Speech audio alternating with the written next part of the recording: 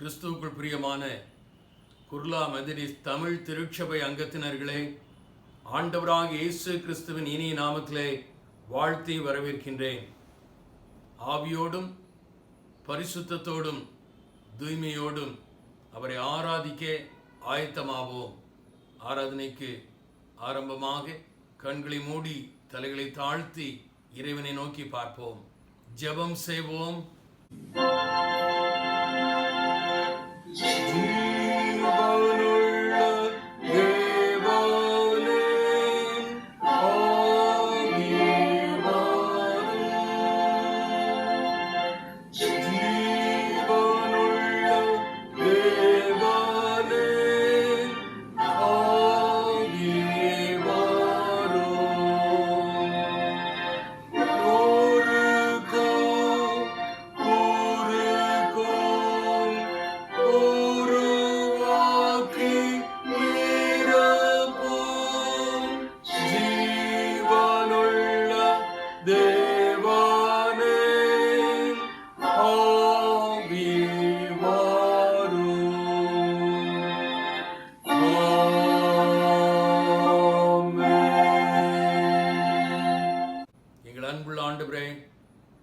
கிருபையாக ஈவாக தந்த இந்த புதிய வாரத்திற்காக நன்றி. கடந்து போன வாரம் முழுவதும் நீர் எங்களோடு இருந்ததற்காக நன்றி. உம்முடைய கரம் எங்களை வழிநடத்தியதற்காக நன்றி. நீர் தந்த இந்த புதிய வாரத்தையும் எங்களுக்கு ஆசீர்வாதம் தர வேண்டுமாறு நோக்கி கெஞ்சுகின்றோம். இந்த ஆராதனையின் துவக்கம் முதல் முடிவு பரியந்தம் நீர் எங்களோடு இருக்க வேண்டுமாறு, உம்முடைய பிரசன்னம் எங்களோடு இருக்க வேண்டுமாறு, உம்முடைய வழிநடத்தல் எங்களோடு இருக்க வேண்டுமாறு கெஞ்சி மன்றாடி இந்த ஆராதனை முழுவதுமாக உம்முடைய கரத்தில் உம்முடைய ஆளுகைக்கு ஒப்பு கொடுத்து ஜெபிக்கிறோம். பொறுப்பேற்றுக் கொள்ளும், உம்முடைய நாமத்தை மகிமைப்படுத்தும் அருமை இரட்சகர் இயேசு கிறிஸ்துவின் மூலம் ஜெபம் கேளும் எங்கள் அன்பின் ஆண்டவரே, ஆமீன். ஆராதனைக்கு ஆரம்பமாக யாவரும் சேர்ந்து எழுந்து நின்று கிறிஸ்து சபை பாமாலைகளில் 22வது பாடல், தூய தூய தூயா சர்வ வல்ல நாதா தேவரீர்க்கென்னாலும் சங்கீதம் ஏறுமே, தூய தூய தூயா மூவரான ஏகா காருண்யரே தூய திரியேகரே என்ற பாடலை யாவரும் சேர்ந்து எழுந்து பாடுவோம்.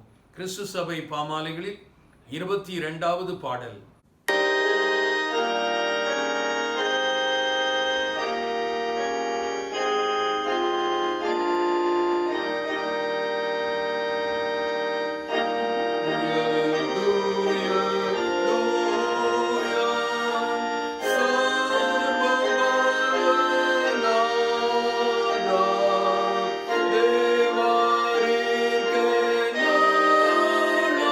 Sangidam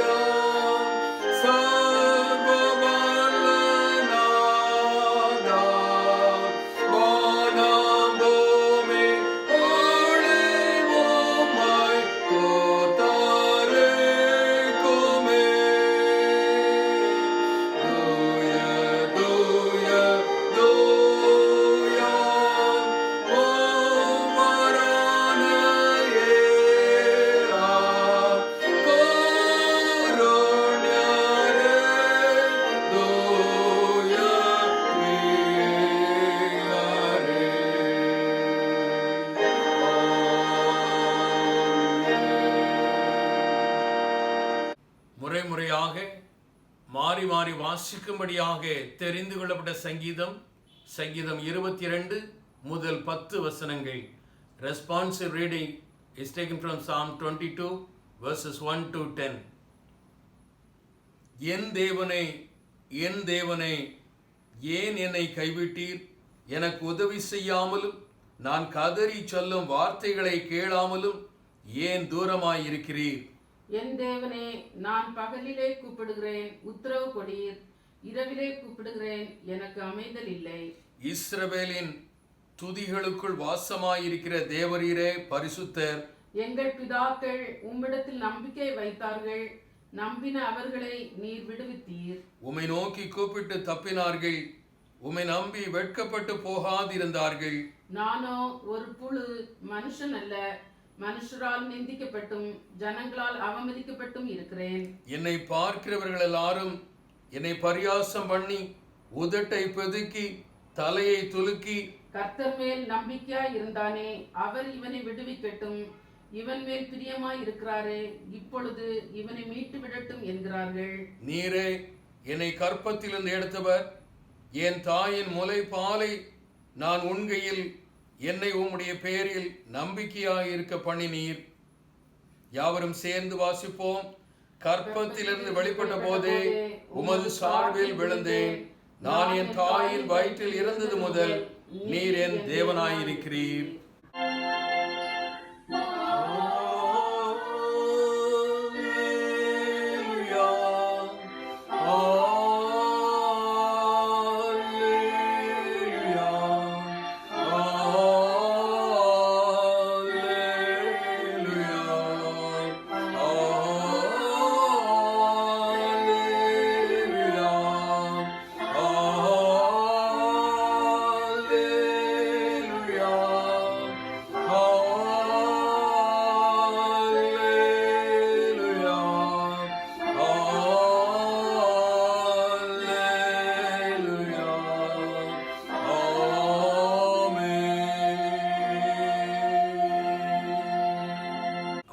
விசுவாச பிரமாணத்தை யாவரும் சேர்ந்து சொல்வோம். Let us all confess our faith through apostolic creed.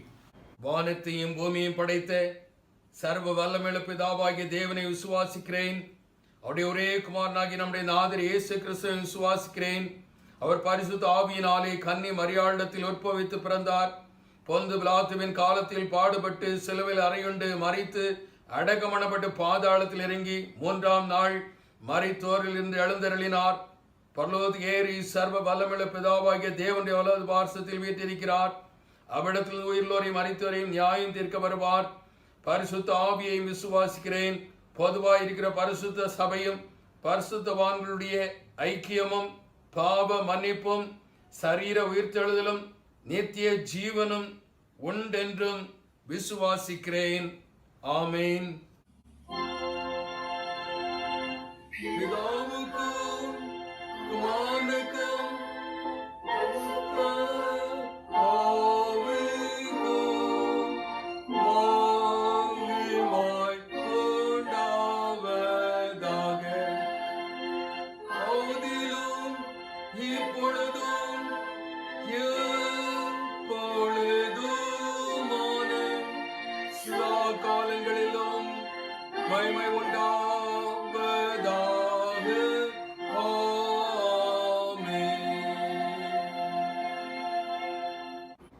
Lord's prayer, ஆண்டவர் கற்றுத்தந்த இறைவேண்டலை யாவரும் சேர்ந்து சொல்வோம். பரலோகத்தில் இருக்கிற எங்கள் பிதாவே, உம்முடைய நாமம் பரிசுத்தப்படுவதாக, உம்முடைய ராஜ்யம் வருவதாக, உம்முடைய சித்தம் பரலோகத்திலே செய்யப்படுகிறது போல பூமியிலேயும் செய்யப்படுவதாக. எங்களுக்கு வேண்டிய ஆகாரத்தை இன்று எங்களுக்கு தாரும். எங்களுக்கு விரோதமாய் குற்றம் செய்கிறவர்கள் நாங்கள் மன்னிக்கிறது போல எங்கள் குற்றங்களை எங்களுக்கு மன்னியும். எங்களை சோதனைகள் பிரவேசிக்க பண்ணாமல் தீமை நின்று எங்களை ரட்சித்துக் கொள்ளும். ராஜ்யமும் வல்லமையும் மகிமையும் என்றென்றைக்கும் உடையவைகளே. ஆமேன். திருமறை பாகம் வாசிக்க கேட்போம். இன்றைய தியானத்திற்காக வாசிக்கும்படியாக தெரிந்து கொள்ளப்பட்ட வேத பகுதி எசேக்கியேல் தீர்க்கதரிசியின் புஸ்தகம் 18ஆம் அதிகாரம் 1ஆம் வசனம் முதல் 4ஆம் வசனம் முடிய. எசேக்கியேல் chapter 18 verses from 1 to 4.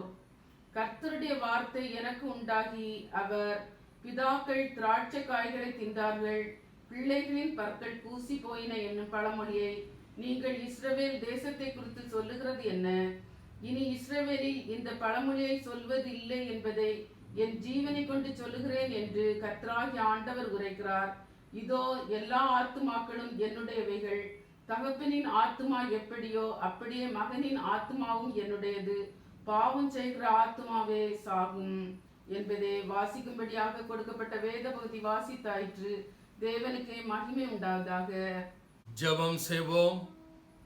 எங்கள் அன்புள்ள ஆண்டவரே, நீர் கிருபையாக ஈவாக தந்த இந்த புதிய வாரத்திற்காக நன்றி. இந்த வாரத்தின் துவக்க நாள் ஆண்டவரே, உம்மை ஆராதிக்க நீர் எங்கள் மீது பாராட்டிய கிருபைக்காக நன்றி ஆண்டவரே. இந்த ஆராதனையின் துவக்கம் முதல் முடிவு பரியந்தம் நீர் எங்களோடு இருக்க வேண்டுமாறு உம்மை நோக்கி கஞ்சுகிறோம். இந்த ஆராதனையில் அர்ப்பணிப்போடு கலந்திருக்கின்ற ஒவ்வொருவரையும் ஆசீர்வதியும், உடைய தேவைகளை சந்தியும் ஆண்டவரே.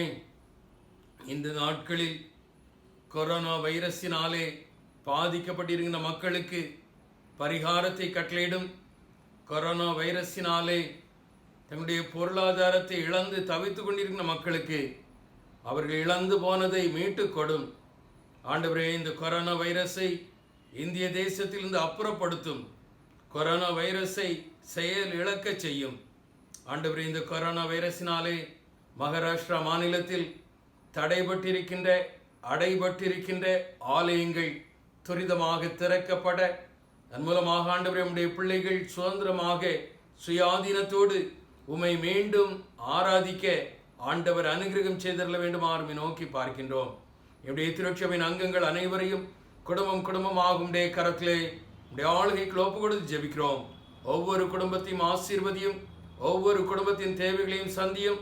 ஒவ்வொரு குடும்பமும் வரும் நாட்களில் ஒவ்வொரு ஸ்தாபனங்களாக உருவாக்கப்பட ஆண்டவர் அனுகிரகம் செய்யும். இந்திய தேசத்தில் நடைபெறுகின்ற ஊழியங்களை ஆண்டவர் பொறுப்பேற்றுக் கொள்ளும். இந்திய தேசத்தில் உம்முடைய வார்த்தை சுமந்து சென்று கொண்டிருந்த ஒவ்வொரு ஊழியர்கள் மீதும் உற்சாகமான ஆவியை பொழிந்தருளும் ஆண்டவரே. காணப்படுகின்ற தடைகள் எல்லாவற்றையும் அப்புறப்படுத்தும். நீர் கொடுத்திருக்கின்ற ஆட்சியாளர்களுக்காக நன்றி. தொடர்ந்து நல்ல ஆட்சியை தாரும், நிரந்தரமான ஆட்சியை தாரும். பாமர மக்களுடைய வாழ்வு வளம் பெறத்தக்கதாக திட்டமிட்டு செயல்படக்கூடிய ஆட்சியாளர்களை தாரும். இந்த ஆட்சியாளர்களின் மூலமாக உம்முடைய பணிக்கு எந்த விதத்திலும் தடை வராதபடி திறந்த வாசலை கட்டளையிடும் ஆண்டவரே. இந்திய தேசம் சந்திக்கப்பட, இந்திய தேசம் கிறிஸ்தவ தேசமாக மாற, இந்திய தேசத்தில் உம்முடைய சிலுவை கொடி பறக்கத்தக்கதாக ஆண்டவரே நீர் செயல்படும். இந்த நாளில் உம்முடைய வார்த்தை எங்கள் மத்தியில் பயனளிக்கத்தக்கதாக ஆயத்தமாக இருக்கின்ற உம்முடைய தாசன் சகோதரர் விமல்குமார் அவர்களை முழுவதுமாக உம்முடைய கரத்தில் உம்முடைய ஆளுகைக்குள் ஒப்பு கொடுத்து ஜெபிக்கிறோம் ஆண்டவரே. எசேக்கியேல் தீர்க்க தரிசன புத்தகத்தின் 2வது பகுதியை அவர்கள் எங்களுக்கு கற்றுக் கொடுக்கின்ற பொழுது மெய்யாகவே ஆண்டவரே மறைபொருள்களை புதிர்களை நாங்கள் தெரிந்து கொள்ள கற்றுக்கொள்ள, அதன் மூலமாக உம்முடைய வருகைக்கு எங்களை தகுதிப்படுத்த ஆயத்தப்படுத்த ஆண்டவர் அனுகிரகம் செய்யும். சகோதரரை வல்லமையின் பாத்திரமாக எடுத்து பயன்படுத்தும். இந்த ஆராதனையை மீண்டும் உம்முடைய கரத்தில் உம்முடைய ஆளுகைக்குள் ஒப்பு கொடுத்து ஜெபிக்கிறோம். பொறுப்பேற்றுக்கொள்ளும். உம்முடைய நாமத்தை மகிமைப்படுத்தும். உம்முடைய ராஜ்யம் விரைவடையட்டும். அருமை ரட்சகர் இயேசு கிறிஸ்துவின் மூலம் ஜெபம் கேளும் எங்கள் அன்பின் ஆண்டவரே, ஆமீன். அறிவிப்புகள். மெதரிஸ்ட் மென் பிரேயர் ஃபெலோஷிப் வழக்கம் போல ஆராதனைக்கு பிறகு 10 மணிக்கு நடைபெறும். ஆண்கள் அனைவரும் ஜெபத்தோடு கலந்து கொள்ளும்படியாக உங்களை அன்போடு கேட்டுக்கொள்கிறோம். எம்ஒஎஃப் யூத் மீட்டிங் மாலை 4:30 மணிக்கு ஆராதனைக்கு பிறகு நடைபெறும். வாலிபர்கள் அனைவரும் ஜெபத்தோடு கலந்து கொள்ளும்படியாக கேட்டுக்கொள்கின்றோம். WSS பிரேயர் வழக்கம் போல ஒவ்வொரு நாளும் மாலை 3 மணியிலிருந்து 4 மணி வரை நடைபெறும். பெண்கள் அனைவரும் ஜெபத்தோடு ஜெப ஐக்கியத்தில் கலந்து கொள்ளும்படியாக உங்களை அன்போடு கேட்டுக்கொள்கின்றோம். கிறிஸ்துவுக்குள் பிரியமானவர்களே, நமது திருச்சபையின் பாஸ்டரேட் கான்ஃபரன்ஸ் கூட்டமானது வருகின்ற 15ஆம் தேதி மாலை 5 மணிக்கு நம்முடைய திருச்சபை ஹாலில் வைத்து நடைபெற இருக்கிறது. கமிட்டி அங்கத்தினர்களுடைய பெயர்களை வாசிக்கின்றேன். Pastor reverend doctor D Wilson Jayakumar, secretary mister Samuel Manuel, treasurer mister P Sekar, committee on church membership and records chairperson mister Arul Paulraj, committee on church evangelism and mission chairperson Mrs. Rachel Gnanapragasham, Committee on Stewardship and Finance Chairperson Mrs. Jane Christopher, Committee on Social Concern Chairperson Mr. Thiriviraj, Committee on Christian Education and Nurture Chairperson Mrs. Janet Sager, Committee on Lay Activities Chairperson Mr. Ernest Martin, Committee on Church Property and Records Chairperson Mr. J. Christopher, Committee on Consolation, Peace and Discipline Chairperson Mr. Gnana Robinson. Special Committees, Sale of Work Chairperson Mr. Richie Manuel, Committee on Ecumenical Relationship Chairperson Mr. Joseph Manuel, Committee on Literature and Publications Chairperson Mrs. Selva Wilson, Committee on Socio-Economic and Welfare Activities Chairperson Mr. Balachandran, Choir Committee Chairperson Mrs. Mary Samuel, Organizations, Sunday School Superintendent Mrs. Reena Melkis, Methodist Men President Mr. Balraj, WSCS President Mrs. Vigila Thiriviraj, Methodist Youth Fellowship President Mr. Alvin Arulraj. Additional members to the Pastorate Committee Mr. Gnanapragasham, Mr. S. Selvarajan, Mr. Paul Durai, Mr. Lazarus Palayan, Mr. Raj Segar. Additional members to the Pastorate Conference Mrs. Jessie Kirabagaran, Ms. Jayanti Rajpal, Mr. Kirabagaran, Mr. Balraj, Mr. Paul Dasan, Mr. Prince Paul Dasan, Mr. Arun Kanagamani, Mr. Abraham, Mr. Gunasegar, Mr. Joy Paul Durai, Mr. Ravi Inbodayan, Mrs. Rajam Robinson, Mr. Sundar Singh, Mrs. John Rose Rajsegar, Mr. Thamarakshan. பெயர் வாசிக்கப்பட்டவர்கள் அனைவரும் ஜெபத்தோடு ஆயத்தத்தோடு பாஸ்டேட் conference கூட்டத்திலே கலந்து கொள்ளும்படியாக உங்களை அன்போடு கேட்டுக்கொள்கின்றோம். TWR Bible quiz competition வருகின்ற நவம்பர் 29ஆம் தேதி மதியம் 2 மணிக்கு நடைபெற இருக்கிறது.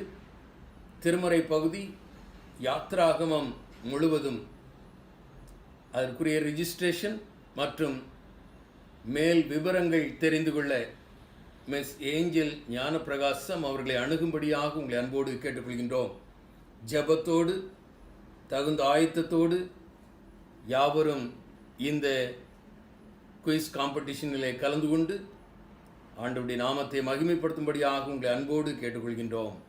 Bombay Tamil Christian youth fellowship 40th annual youth camp online zoom. சிறப்பு செய்தியாளர்கள் brother Godwin Moses, brother Joe Datti. வாலிபர்கள் ஜெபத்தோடு ஆயத்தத்தோடு கலந்து கொண்டு ஆண்டவருடைய நாமத்தை மகிமைப்படுத்தும்படியாக உங்களை அன்போடு கேட்டுக்கொள்கின்றேன். இந்த வாரத்தில் தங்கள் பிறந்த தினங்களை நினைவு கூற இருக்கிற நம்முடைய திருச்சபையின் பிள்ளைகளுடைய பெயர்களை வாசிக்கின்றேன். 15ஆம் தேதி மிஸ்ஸஸ் ஜி செல்வி ரெஜினா, 18ஆம் தேதி மிஸ்ஸஸ் சுகந்தி பொன்னுதுரை, 20ஆம் தேதி மிஸ் கேரலின் வினிஃப்ரெட். இந்த வாரத்தில் தங்கள் திருமண நாளை நினைவு கூற இருக்கிற நம்முடைய திருச்சபையின் பிள்ளைகள் 15ஆம் தேதி Mrs and Mister M Kirubakaran, 15ஆம் தேதி Mrs and Mister GD Amudhan. இம்மட்டும் கரம் பிடித்து வழிநடத்திய ஆண்டவர் புதிய ஆண்டிலும் புதிய நன்மைகளினால் கிருபைகளினால் ஆசீர்வாதங்களினால் இவர்கள் கரங்களை பற்றி வழிநடத்துவாராக. புதிய ஆண்டில் அடியெடுத்து வைக்க ஆயத்தப்பட்டுள்ள பிள்ளைகளுக்காக கண்களை மூடி தலைகளை தாழ்த்தி இறைவனை நோக்கி பார்ப்போம். ஆண்டவரே, எங்களுடைய காலங்கள் உம்முடைய கரத்தில் இருக்கிறது. எங்கள் திருச்சபையின் பிள்ளைகளுடைய வாழ்க்கையில் நீர் காலத்தை நீட்டி கொடுப்பதற்காக நன்றி. புதிய ஆண்டில் அடியெடுத்து வைக்க ஆயத்தப்பட்டுள்ள பிள்ளைகளுடைய ஆயத்தங்களை ஆசீர்வதித்துக் கொடும்.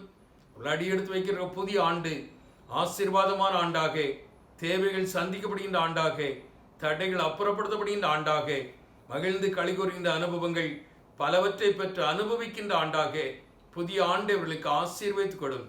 இதே போல அநேக பிறந்த தினங்களை, அநேக திருமண நாளை இந்த உலக வாழ்க்கையில் உடைய பிள்ளைகள் காண கண்டு உமக்கு தோத்திர பலிகளை ஏறெடுக்க அருள்தாரும். அருமை இரட்சகர் இயேசு கிறிஸ்துவின் மூலம் ஜெபம் கேளும் எங்கள் அன்பின் ஆண்டவரே, ஆமீன்.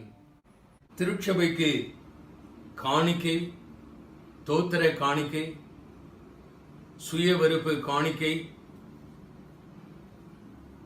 ஏல பாக்கிகள், திருச்சபைக்கு கொடுக்க வேண்டிய காணிக்கைகளை திருச்சபையின் வங்கி கணக்கில் நேரடியாக செலுத்தும்படியாக உங்களை அன்போடு கேட்டுக்கொள்கின்றோம்.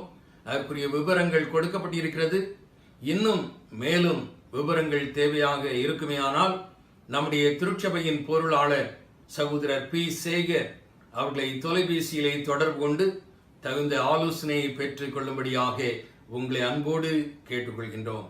இந்த நாளிலே நம்மத்திலே ஆண்டுடைய வார்த்தையை பயனளிக்கத்தக்கதாக சகோதரர் விமல்குமார் ஆயத்தமாக இருக்கின்றார்கள். அவர்களை திருச்சபையின் சார்பில், உங்கள் சார்பில், என்னுடைய சார்பில் வருக வருக என்று வரவேற்றுக் கொள்கின்றோம். எசேக்கியேல் தீர்க்க தரிசன புத்தகத்தின் 2வது பகுதியை இந்த நாளில் நமக்கு எளிய முறையில் அவர்கள் கற்றுக் கொடுக்க இருக்கின்றார்கள். ஆண்டவர் அவர்களை வல்லமையின் பாத்திரமாக, அநேக ஆயிரங்களுக்கு ஆசீர்வாதத்தின் பாத்திரமாக எடுத்து பயன்படுத்துவாராக.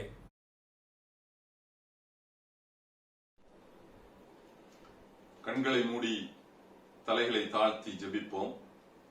நேசிக்கும் நல்ல பிதாவே, இந்த நல்ல அருமையான காலை வேளையை காண கொடுத்த தயவிற்காக நாங்கள் நன்றியோடு உமக்கு ஸ்தோத்திரம் செலுத்துகிறோம். ஆண்டவரே, இன்றைய நாளிலும் நாங்கள் எசேக்கியேல் தீர்க்க தரிசன புஸ்தகத்தின் 2வது பகுதியை நாங்கள் தியானிக்க இருக்கிறோம்.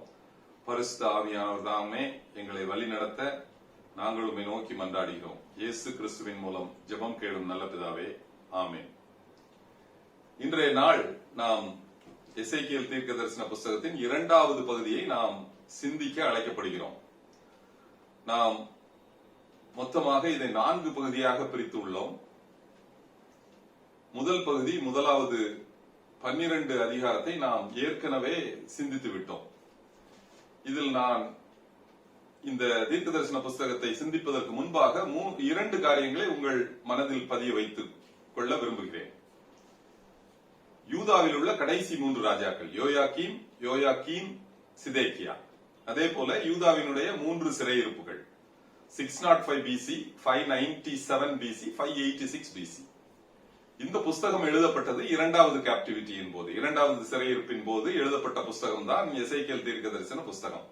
அதாவது யோயாக்கீம் ராஜாவினுடைய நாட்களில் எசேக்கியேல் தீர்க்கதரிசியானவர் சிறைப்பிடித்து கொண்டு போகப்படுகின்றார். அவர் கல்தேயா தேசத்தில் இருக்கின்றார். கேபார் நதி அண்டையில் ஆண்டவர் அவருக்கு தரிசனம் அளிக்கின்றார். 5வது வருஷத்தில் நடக்கின்றது. அதாவது 597 BC பிளஸ் 5 years.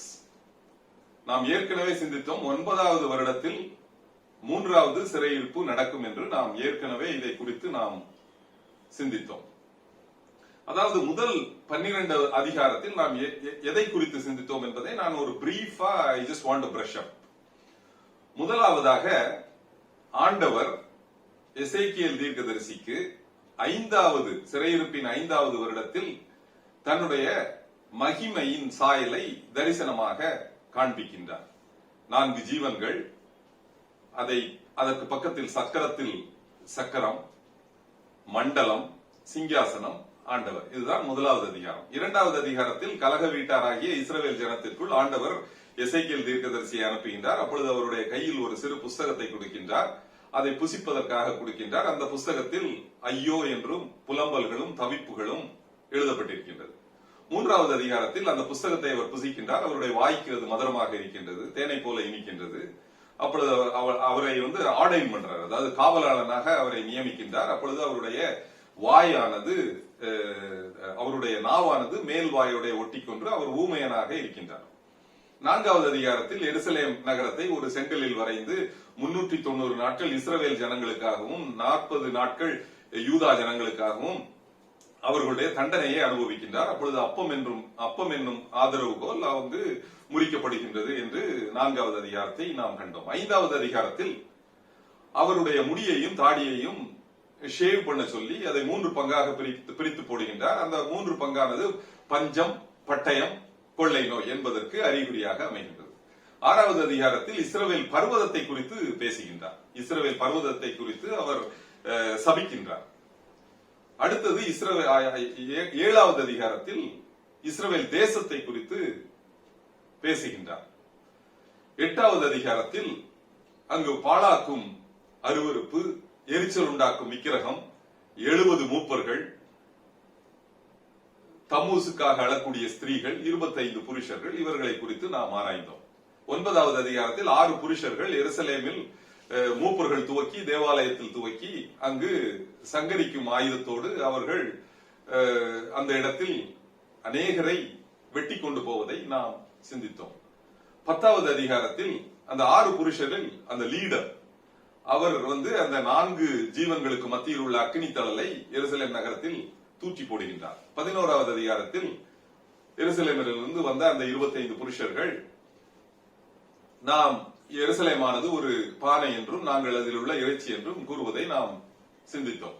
12வது அதிகாரத்தில் எசேக்கியேல் தீர்க்கதரிசியை சிறைப்பிடித்து போவதற்கு அடையாளமாக ஒரு சுவற்றில் ஒரு துவாரத்தை இட்டு தன்னுடைய சாமான்களை அவர் தயார் செய்வதை நாம் சிந்தித்தோம். கூடிய சீக்கிரத்திலே இந்த மக்கள் முழுவதுமாக இந்த யூதா தேசம் அழிக்கப்பட்டு எல்லோரும் சிறைப்பிடித்து போகப்படுவார்கள் என்பதை குறித்து நாம் கடந்த முறை சிந்தித்தோம். இதுவரைக்கும் தான் நம்ம பார்த்தோம் 12வது அதிகாரம் வரை. இப்பொழுது 13வது அதிகாரத்தை நாம் சிந்திப்போம். இந்த 13வது அதிகாரத்துல எசேக்கியேல் தீர்க்கதரிசியை ஆண்டவர் கூப்பிடுகிறார். கூப்பிட்டு என்ன சொல்றாரு? இந்த இடத்தில் அவர் சொல்றாரு, கர்த்தர் உரைக்காதிருந்தும் கர்த்தர் சொன்னார் என்று அபத்தமாக கூறக்கூடிய, பொய் கூறக்கூடிய தீர்க்கதரிசிகளை குறித்து நீ தீர்க்க தரிசனம் சொல் என்று கூறுகின்றார். இவர்கள் தங்கள் இருதயத்தில் உள்ள, ஆத்துமாவில் உள்ள எண்ணங்களையே உங்களுக்கு பிரதிபலித்து கூறுவதனால் இவர்கள் அநேகமாக பொய் கூறுகின்றார்கள். இவர்களை குறித்து ஆண்டவர் எப்படி எச்சரிக்கிறார் என்றால், இவர்கள் வனாந்தரத்தில் உள்ள நரிகள், குற்றமற்ற ஆத்துமாக்களை பீறி போடும் ஓநாய்கள் என்று கூறுகின்றார். இவர்கள் சமாதானம் இல்லாமல் இருந்தும் சமாதானம் என்று மக்களை கூறி மக்களை வஞ்சிக்கின்றார்கள். இவர்கள் அஸ்திபாரம் இல்லாத மண் சுவரை கட்டுகின்றவர்கள். அந்த சுவற்றின் மீது சாரம் இல்லாத சாந்தை பூசுகின்றவர்கள்.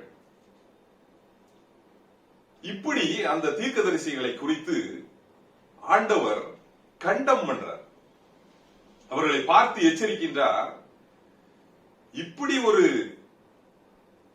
திட்டத்தை கொண்டு என்னுடைய ஜனங்களை நீ ஏமாற்றிக் கொண்டிருக்கின்றாயே, ஒருவேளை நான் இந்த சுவர்களின் மீது கல் மழையையும் புயல் காற்றையும் அனுப்பினால் இதெல்லாம் தாங்குமா?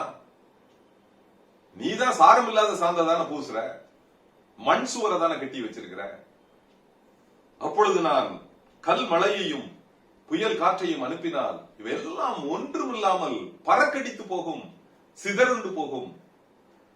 இந்த மக்களை சுற்றிலும் அநேக பிரச்சனைகள் உண்டு. அவற்றிலிருந்து விடுவிப்பதற்காக நீ என்றைக்காவது திறப்பில் நின்று இந்த மக்களுக்காக நீ ஏதாவது பண்ணிருக்கிறியா? நான் தேசத்தை அழிக்காதபடிக்கு சுவரை தடுத்து நிறுத்தியிருக்கிறியா? அந்த திறப்பிலே நின்று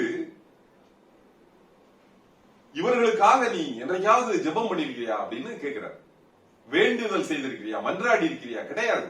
ஒரு மனுஷன் கூட அப்படி பண்ணலையே. அப்படி என்றால் இந்த இந்த இந்த பட்டணமானது, இந்த தேசமானது அழிவதற்கு முக்கியமான காரணமாக இருக்க போவது யாரு? தீர்க்கதரிசிகள் என்று அந்த இடத்தில் கடிந்து கொள்கிறார். இதுதான் 13வது அதிகாரம். கள்ள தீர்க்கதரிசிகள், பொய்யாக தரிசிப்பவர்கள், அபத்தமானதை கூறுபவர்கள், சமாதானம் இல்லாமல் இருக்கும் பொழுது சமாதானம் என்று பொய் கூறுபவர்கள், மண் சுவரை கட்டுபவர்கள், சாரமில்லாத சாந்தை பூசுபவர்கள் என்று அநேகமாக அவர்களை கடிந்து கொள்கிறார். இதுதான் 13வது அதிகாரம். இப்பொழுது 14வது அதிகாரத்தில் இஸ்ரவேல் தேசத்திலிருந்து மூப்பர்கள் எசேக்கியேல் தீர்க்கதரிசியை காண்பதற்காக அங்க வராங்க. எங்க சிறையிருப்பின் தேசத்திற்கு, பாபிலோன் தேசத்திற்கு, கல்தேயா பட்டணத்திற்கு, கேபார் நதி அண்டையில் வந்து அவரை பார்க்க வர்றாங்க. அப்ப பார்க்க வரும்போது ஆண்டவர் இடைப்பட்டு, அதாவது கர்த்தரிடத்தில் விசாரிப்பதற்காக இந்த மனுஷங்க வர்றாங்க. யாரு? இந்த மூப்பர்கள்.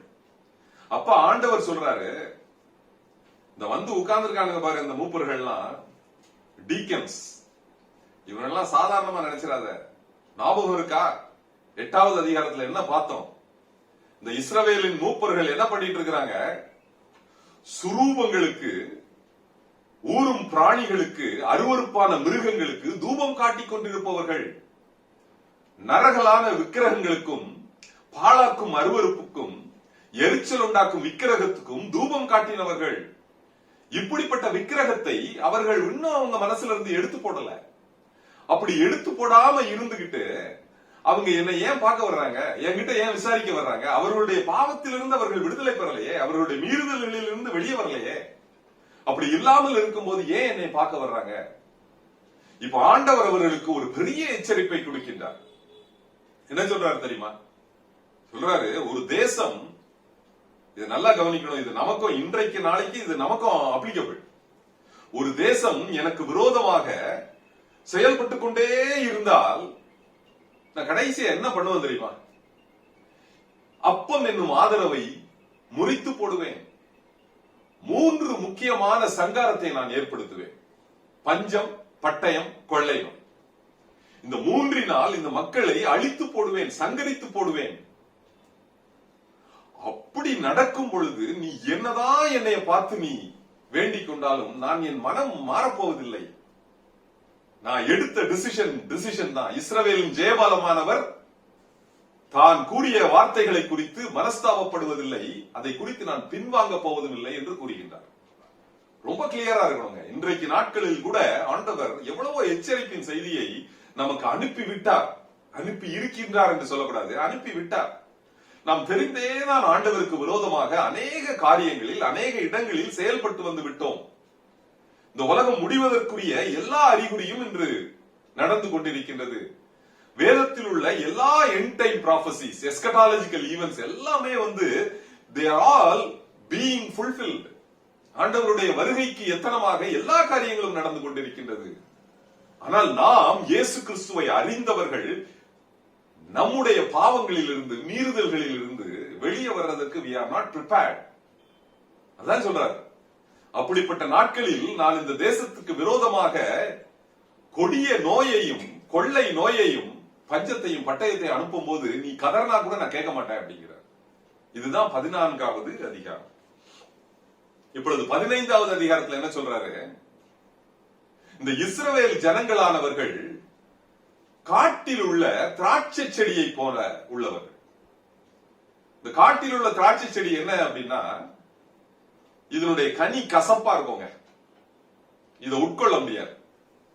அடுத்ததாக இந்த திராட்சை செடியை பத்தி சொல்றாரு, இதனுடைய ரூட்டா இருக்கட்டும், ஸ்டெம்மா இருக்கட்டும், பிரான்ச்சா இருக்கட்டும், லீஃபா இருக்கட்டும், இதுல எதுவுமே எதுக்கும் பிரயோஜனப்படாது. இதை யூஸ் பண்ண முடியாது. The only way to use this is it has to be burned out. அதை அக்னியில் சுட்டரிப்பதை விட வேற ஒண்ணும் பெருசா இதுல நீங்க ஒண்ணும் பண்ணிட முடியாது. இந்த இஸ்ரவேல் ஜனங்களானவர்கள் அத மாதிரிதாங்க, காட்டில் உள்ள திராட்சை செடியை போல உள்ளவங்க. இவர்கள் மொத்தமாக அக்னிக்கு தாங்க இவங்களை தூக்கி எறியணும். அக்னிக்கு உட்படுத்துவதை விட பெருசா இவங்கிட்ட இருந்து நீங்க you cannot expect anything more. அப்படி என்று இவர் அந்த ஜனங்களை கடிந்து கொள்கின்றார். 15வது அதிகாரம். இப்பொழுது 16வது அதிகாரத்துக்கு போறார். இந்த 16வது அதிகாரத்துல எசேக்கியேலை கூப்பிட்டு சொல்றாரு, இந்த மக்கள் they should realize their origin, அவர்களுடைய பிறப்பை குறித்து அவர்களுக்கு நான் ஒரு சில காரியங்களை நினைவுபடுத்த விரும்புகின்றேன். அவர் சொல்றாரு, நான் உன்னை எகிப்தில் இருந்து அழைத்து வந்து இந்த கானான் தேசத்துக்குள்ள நான் உள்ள வரும்போது உன்னுடைய தகப்பன் யாரு? எமோரியன். உன்னுடைய தாய் யாரு? ஏத்தித்தி. நீ எப்படி இருந்த? நீ ரத்தத்தில் அப்படியே இருந்த. உன்னுடைய தொப்புள் கொடி அறுக்கப்படவில்லை, உப்பினால் சுத்திகரிக்கப்படவில்லை, எண்ணெய் பூசப்படவில்லை, உன்கிட்ட வஸ்திரம் இல்ல அவங்கிட்ட. அப்படிப்பட்ட பிறப்பில் நீ இருக்கும்போது நான் நிறைய புறஜாதிகள் உன்னை பார்த்து சுத்தி வர இருக்கிறவங்க எல்லாம் என்ன பண்ணாங்க? நீ ரத்தத்தில் கிடப்பதை பார்த்து உன்னை சுற்றி உன்னை பைபாஸ் பண்ணி போயிட்டாங்க. ஆனா நான் உன்னை கிராஸ் பண்ணும்போது என்ன பார்த்தேன்? உன்மேல் இறங்கினேன், உன்மேல் மனதிறங்கி என்ன பண்ண? நான் உன்னை சுத்திகரித்தேன், உன்னை உப்பினால் சுத்திகரித்து உன்னை ஸ்நானம் பண்ணி உனக்கு எண்ணெய் பூசி உனக்கு வஸ்திரத்தை கொடுத்தேன். நீ ஒண்ணுமே இல்லாம இருக்கும் போதே உன்னோட உடன்படிக்கை பண்ணினேன். என்ன உடன்படிக்கை பண்ண? நான் உன்னை மனைவியாக ஏற்றுக்கொண்டேன், நித்திய உடன்படிக்கையை உன்னோடு ஏற்படுத்தினேன். ஓசியா தீர்க்கதரிசி எடுத்து பாத்தீங்கன்னா, 2வது அதிகாரத்தை எடுத்து வாசித்து பாத்தீங்கன்னா அதுல ரொம்ப கிளியரா போடும். இப்படிப்பட்ட சூழ்நிலையில் ஆனா நீ என்ன பண்ண? நான் உன்னை மனைவியாக ஏற்றுக்கொண்டு நான் உனக்கு புருஷனாக மாறின பிறகும் நான் என்ன பண்ணேன்னா உனக்கு நல்ல சித்திர தையல் ஆடைகள் கொடுத்தேன், பட்டு சால்வைகள் கொடுத்தேன், மெல்லிய புடவைகள் கொடுத்தேன், பொன்னினால் வெள்ளினால் ஆகிய ஆபரணங்கள் கொடுத்தேன், நெற்றி பட்டத்தை கொடுத்தேன், காதணிகளை கொடுத்தேன், பொற்சரப்பணியை கொடுத்தேன், கடகங்களை கொடுத்தேன். நீ சாப்பிடுறதுக்கு மெல்லிய மாவை கொடுத்தேன், தேனை கொடுத்தேன், எண்ணெயை கொடுத்தேன், வெண்ணெயை கொடுத்தேன், நெய்யை கொடுத்தேன். இப்படி உன்னைய ஒவ்வொரு ஸ்டேஜ்லயும் நான் உன்னை ஐ டுக் கேர் ஆஃப் யூ. இதெல்லாம் நீ வந்த உடனே என்ன ஆயிட்ட? You became very prosperous, you became very beautiful, you became more powerful. உன்னை பார்த்தவங்க எல்லாம் அப்படியே பயந்து போய் நிக்கிறாங்க, புறஜாதி மக்கள் எல்லாம். Because you are surrounded by gentile nations. இவங்க எல்லாம் பாக்குறாங்க, உன்னை பாக்குறாங்க. அப்ப எந்த அளவுக்கு நீ ஒரு மெஜஸ்டிக்கா இருந்திருக்கணும். ஆனா நீ என்ன பண்ண தெரியுமா? மலை உச்சிகளில் சென்று மண்டபங்களை கட்டின, சிலைகளை ஸ்தாபிச்ச, பலிபீடங்களை வச்ச, விக்கிரகங்களை வச்ச, இவ எல்லாவற்றையும் நீ ஸ்தாபித்து விட்டு என்ன பண்ண?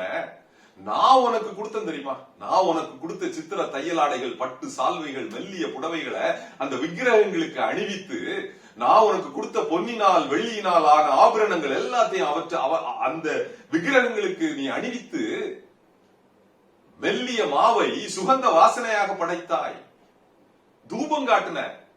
நான் கொடுத்த தேன், வெண்ணெய், நெய், மெல்லிய மாவு எல்லாத்தையும் எடுத்து சுகந்த வாசனையாகவும் அவர்களுக்கு நீ படைத்தாய். அப்ப எனக்கு எவ்வளவு வேதனையா இருந்திருக்கும் யோசித்து பாரு. என்கிட்ட வாங்கிக்கிட்டு எனக்கு விரோதமாக எகிப்திலிருந்து கொண்டு வந்த தெய்வங்களுக்கு நீ விக்கிரகங்களுக்கு முன்பு நீ படைக்கிற. எவ்வளவு எனக்கு வேதனையா இருந்திருக்கும். இதோட நினைச்சா கிடையாது. இப்ப என்ன பண்ற? நான் உன்னுடன் பண்ண உடன்படிக்கையை மீறி சுற்றிலும் உள்ள புறஜாதி மக்களோடு நீ உடன்படிக்கை செஞ்சுட்டு இருக்கிற. யாரோட உடன்படிக்கை பண்ற? எகிப்துல போய் உடன்படிக்கை பண்ற, அசிரியனோட உடன்படிக்கை பண்ற, பாபிலோனியனோட உடன்படிக்கை பண்ற. இன்றைக்கு எக்ஸாக்டா அதுதான் நடந்துட்டு இருக்கு. இன்றைய காலங்களுக்கும் இது பொருந்தும். இன்று இஸ்ரவேல் தேசமானது எல்லா அரப் கண்ட்ரிஸோடையும் it is trying to get into a covenant. யுஏஇயோட போட்டுருச்சு, ஈஜிப்டோட போட்டாச்சு, ஒமானோட போட்டாச்சு, நிறைய ஆப்பிரிக்கன் கண்ட்ரிஸோட சைன் ஆயிட்டு இருக்குது. ஆனா ஆண்டவர் என்ன சொல்றாரு? உனக்கு ஒரு பிரச்சனைனா என்கிட்ட வரணும். Why do you go to the Gentile nations? அப்படிதான் சொல்றாரு ஆண்டவர். ஆக நீ என்னுடைய உடன்படிக்கையை மீறியபடியால் என்ன சொல்றாரு? You have to be punished. நீ தண்டனையை தான் நீ அனுபவிச்சாகணும், உனக்கு நியாய தீர்ப்பு கொடுத்தாகணும் நான் அப்படின்னு சிவியரா வார்ன் பண்றார். சிவியரா வார்ன் பண்றார். ஏன்னா நீ என்னுடைய உடன்படிக்கையை மீறி விட்டாய், நான் இதை மனசுலயே வச்சிட்டு இருப்பேன் அப்படின்னு சொல்றாரு. இதுதான் 16வது அதிகாரம். 17வது அதிகாரத்துல ஒரு விடுகதையை சொல்றார். இந்த விடுகதை என்னது? 2 கழுகுகள் இருக்கு. பெரிய கழுகு, பலவர்ண செட்டைகள், நீளமான இறகுகள், ரொம்ப ஒரு பவர்ஃபுல்லான ஈகிள்ஸ். அதுல முதல் கழுகு வந்து பாபிலோன்ல இருந்து வருது. இந்த பாபிலோன்ல இருந்து வந்த கழுகு என்ன பண்ணுது அப்படின்னா, வர்த்தக தேசமான எருசலேம் நகரத்தில் ஒரு விதையை எடுத்து அதை நட்டி அதை ஒரு செடியா ஆக்கி அதை சுற்றிலும் பாத்தி கட்டி தண்ணி ஊற்றி செழிப்பாக்கி அதை மெயின்டைன் பண்ணுது. எது? பாபிலோன்ல இருந்து வந்த கழுகு. இப்போ அந்த செடி வந்து என்ன பண்ணுது? இன்னொரு கழுகை பாக்குது. இந்த கழுகு எங்க இருந்து வருது? எகிப்துல இருந்து இந்த கழுகை பாக்குது. அப்ப அந்த எகிப்துல வந்து இதே மாதிரி ஒரு கழுகு இருக்கு. அந்த கழுகுக்கும் நீளமான இறகுகள், பலவர்ண செட்டைகள், ரொம்ப பவர்ஃபுல்லா இருக்குது. உடனே இந்த செடி என்ன பண்ணுது? மெயின்டைன் பண்றது யாரு? பாபிலோன்ல இருந்து வந்த கழுகு. இப்ப இந்த செடி என்ன பண்ணுது? தன்னுடைய இலைகள், கிளைகள், தன்னுடைய தண்டுகள், தன்னுடைய வேர் எல்லாத்தையும் என்ன பண்ணுது? அந்த எகிப்துல இருக்கிற கழுகை நோக்கி எல்லாத்தையும் படர விடுது. படர விட்டுட்டு என்ன சொல்லுது? அப்பா, நீ எனக்கு தண்ணி ஊத்த, நீ எனக்கு தண்ணி ஊத்தினா நான் உனக்கு ரொம்ப சின்சியரா உனக்கு என்னுடைய கனிகளை கொடுப்பனே அப்படின்னு சொல்லுது. அப்ப ஆண்டவர் இதை பார்த்து சொல்றாரு, அப்பா, பாபிலோன் ராஜாவாகிய நேபுகாத் நேச்சார் வந்து என்ன பண்றான்?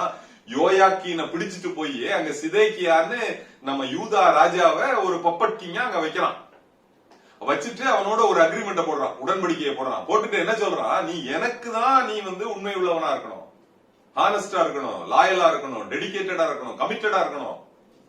ஆனா நீ என்னுடைய உடன்படிக்கையை மீறி போனா நான் என்ன பண்ணுவேன்? உன்னை சிறைப்பிடிச்சிட்டு போயிடுவேன். அவ்வளவுதான். உன்னையும் சிறைப்பிடிச்சிட்டு போவேன், உன்னுடைய ஜனங்கள் எல்லாரையும் சிறைப்பிடிச்சிட்டு போய் மொத்தமா இதை அக்னியால எரிச்சிட்டு போயிடுவேன் அப்படிங்கிறான். இவ எல்லாவற்றையும் அறிந்த அந்த சிதேக்கியா ராஜாக்கு மூளை குழம்பி போய் என்ன பண்றான்? எகிப்து ராஜாட்ட போறான். எகிப்து ராஜாட்ட போய் ஹெல்ப் பண்ண போறான், ஹெல்ப் கேட்க போறான். ஐயா, நம்ம எல்லாம் வந்து என்ன பண்ணணும்? இந்த பாபிலோனிய ராஜாவுக்கு எதிர்த்து நம்ம நிக்கணும். எனக்கு உன் படையெல்லாம் கூட, நான் உனக்கு லாயலா இருக்கேன் அப்படின்னு தூது விடுறான். ஆண்டவர் இதை பார்த்துட்டு என்ன சொல்றான்? இந்த அரேஞ்ச்மெண்ட் பண்ணது நீ பாபிலோன் ராஜாவுடைய நேபுகாத் நேச்சாருக்கு நீ சின்சியரா இருக்கணும். இந்த அரேஞ்ச்மெண்ட் பண்ணதே நான் தானே. நீ எப்படி இந்த உடன்படிக்கையை நீ மீற முடியும்? நீ அப்படி மீறுவதன் மூலம் இந்த தேசத்து மக்களுக்கு ஒரு பெரிய பிரச்சனையை உண்டாக்குற, சாபத்தை கொண்டு வர்ற. அப்படி கொண்டு வருவதன் மூலம் என்ன நடக்க போகுது? இந்த மக்கள் எல்லாரும் சிறையிருப்புக்கு போறாங்க. அந்த சிதேக்கியா ராஜாவை விலங்கு போட்டு எடுத்துட்டு போவான். ஒருவேளை நீங்க அந்த ராஜாக்களின் புஸ்தகத்தை வாசித்து பாத்தீங்கன்னா அதுல போட்டிருக்கோம், அவனுடைய கண்கள் பிடுங்கப்பட்டு அவனுடைய குமாரர்கள் அவனுக்கு முன்பாக கொலை செய்யப்படுகின்றார்கள். அத இப்பவே சொல்றாரு. இதெல்லாம் எந்த வருஷம் நடந்துட்டு இருக்குது? 6வது வருஷம். 9வது வருஷம்னா the whole chapter will be finished. 6வது வருஷம் இதெல்லாம் நடந்துட்டு இருக்கு. நம்ம இதெல்லாம் சொல்லிட்டு இருக்கிறார் ஆண்டவர். இப்பொழுது 18வது அதிகாரம். இந்த 18வது அதிகாரத்துல என்ன சொல்றாரு? இந்த இஸ்ரவேல்ல ஒரு ஃபேமஸா ஒரு பழமொழி சொல்றாங்கப்பா. இது என்ன பழமொழி? பிதாக்கள் திராட்சை காய்களை தின்றார்கள், பிள்ளைகளுடைய பல்கள் கூசி போயிற்று. அப்ப என்ன அர்த்தம்? இந்த மக்கள் வந்து இந்த தேசத்துல என்ன நடந்தாலும் சரி, அப்பா, என்னுடைய முன்னோர்களுடைய பாவம், என்னுடைய பிதாக்களுடைய பாவம் எங்களை ஒட்டிக்கிட்டே வருது, அவர்களுக்காக நாங்கள் இந்த பாவத்தை சுமந்து இன்றைக்கு நாங்கள் தவித்துக் கொண்டிருக்கின்றோம், பாடுகளை அனுபவித்துக் கொண்டிருக்கின்றோம் என்று அவர்கள் எப்ப பார்த்தாலும் அந்த பழமொழியை சொல்றான் அப்படிங்கிறார். ஆனால் அந்த பழமொழிக்கு ஒரு முற்றுப்புள்ளி வைக்க வேண்டும், ஒரு முடிவு கட்ட வேண்டும். நல்லா சொல்லு, இந்த மக்கள்கிட்ட போய் சொல்லு. ஒரே ஒரு வார்த்தை தான். என்ன வார்த்தை அது? பாவம் செய்கிற ஆத்மாவே சாகும், குமாரன் தகப்பனுடைய அக்கிரமத்தை சுமப்பதில்லை, தகப்பன் குமாரனுடைய அக்கிரமத்தை சுமப்பதில்லை. ரொம்ப கிளியரா சொல்லு. அவனுடைய பாவத்துக்கு அவன் தான் காரணம். You cannot blame your parents அப்படிங்கிறதுல ரொம்ப தெளிவா ஆண்டவர் சொல்லிக் கொடுக்கிறார். இதுதான் வந்து அந்த 18வது அதிகாரம். இப்பொழுது 19வது அதிகாரம். 19வது அதிகாரத்துல என்ன சொல்றாரு? நீ இப்போ ஒரு புலம்பல் பாடணும். இந்த ஜனத்தை நோக்கி, இந்த தேசத்தை நோக்கி இப்பொழுது நீ ஒரு புலம்பணும். இந்த புலம்பலை நீங்கள் அறிந்து கொள்வதற்கு யூதாவினுடைய கடைசி 5 ராஜாக்கள் உங்களுக்கு மனசுல இருக்கணும். நம்ம கடைசி 3 ராஜாக்களை தான் பார்த்திருக்கோம். யாரு? யோயாக்கீம், சிதேக்கியா. இப்ப 5 ராஜாக்கள் யாருன்னு பாத்தீங்கன்னா யோசியா, யோவாகாஸ், யோயாக்கீம், சிதேக்கியா. மறுபடியும் நான் சொல்றேன், இது ரொம்ப முக்கியம். யோசியா, யோவாகாஸ், யோயாக்கீம், சிதேக்கியா.